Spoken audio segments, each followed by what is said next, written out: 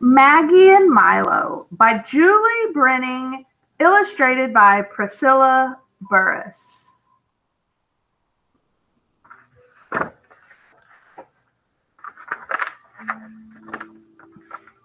This is Maggie, an excellent adventurer, a pretty good songwriter, a bit of a scientist, and Milo's very best friend. This is Milo. Milo is a dog.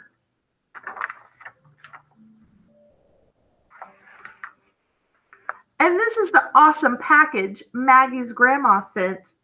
It had all the necessities for a frog hunt, boots, and knowledge. Country dogs like Milo don't wear boots. That night, Maggie told Milo, "We need to get a good night's sleep. Tomorrow, we hunt frogs." Look at her room. I think she likes frogs. Look at her slippers. Here's one. She's drawing one over here. She drew one here and here. The next morning, Maggie pulled on her new blue boots, which were perfect for this kind of adventure, and her favorite dress, which was just plain perfect. And she was off.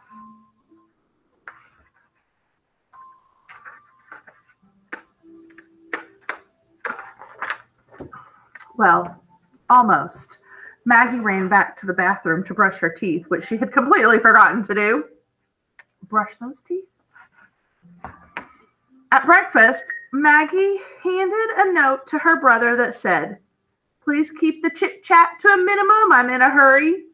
Her brother rolled his eyes, which is apparently how 12-year-olds communicate. Maggie focused. Eating quickly requires serious concentration. Breakfast took exactly 11 3/4 bites. Then she was off. For real this time. "I am a frog hunter!" shouted Maggie. Stopping at the edge of the world, she called, "Milo! I am Frog Hunter, and he's Milo!" Together, Maggie and Milo ran down the hill, past the chicken coop, through the valley of the ferns, all the way to the pond, where looks like she's just going to jump right in. Maggie tested the waterproofness of her new blue boots. After sufficient stomping, she announced, "Milo, my feet are perfectly dry." That's important. Grandma always says wet feet make for a very long day, which is true. Wet feet do make for a long day. Maggie stood in the water. She waited for a frog. Maggie waited 1,000,000 minutes. Nothing happened. This was boring. Boring in all capital letters, boring. B-O-R-I-N-G, boring. Maggie sang a song. She sang about frogs and waiting in blue boots. Milo wandered off. There he goes. So far, this was not working out as planned. "Milo!" called Maggie. He wasn't there. "Milo!" Maggie tried very hard not to think about losing Milo or being alone. In front of her, the cattails moved. These are cattails, these brown things on the grass. "Milo, is that you?" she asked, trying to sound brave. Slowly, Maggie pulled apart the cattails.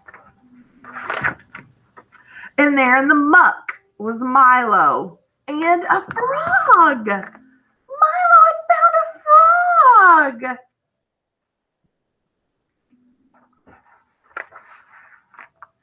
Maggie reached down and caught that frog. "Hi, I'm Maggie, and this is Milo. You will be called Alexander. Welcome to our pond." Gently, Maggie placed Alexander back into the water. She had to be very careful. Frogs are terribly squirmy.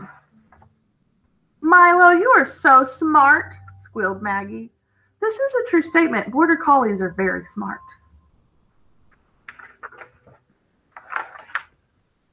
Milo barked, wagged his tail, and ran to another spot. Maggie followed close behind, and there in the muck was another frog. Maggie named the second frog Benjamin, the third one Cooper, the fourth one Daniel. See the pattern? Do you see a pattern? She called the first one Alexander, Benjamin, Cooper, Daniel, A, B, C, D. She was naming them by the letters of the alphabet. After meeting Oliver, Maggie realized all the frogs they had found were boys. That was absurd. The world does not need any more boys, Maggie proclaimed. Sorry, guys. She found Princess Penelope under a lily pad. Holding her newest catch, Maggie said, Milo, there's no way I can think of a girl's name that begins with the letter Q. So Maggie and Milo rested. It's not easy, this frog hunting.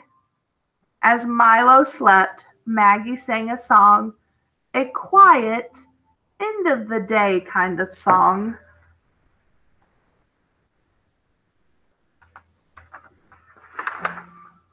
Afterward, Maggie and Milo walked home through the Valley of the Ferns, past the chicken coop, and all the way back up the hill.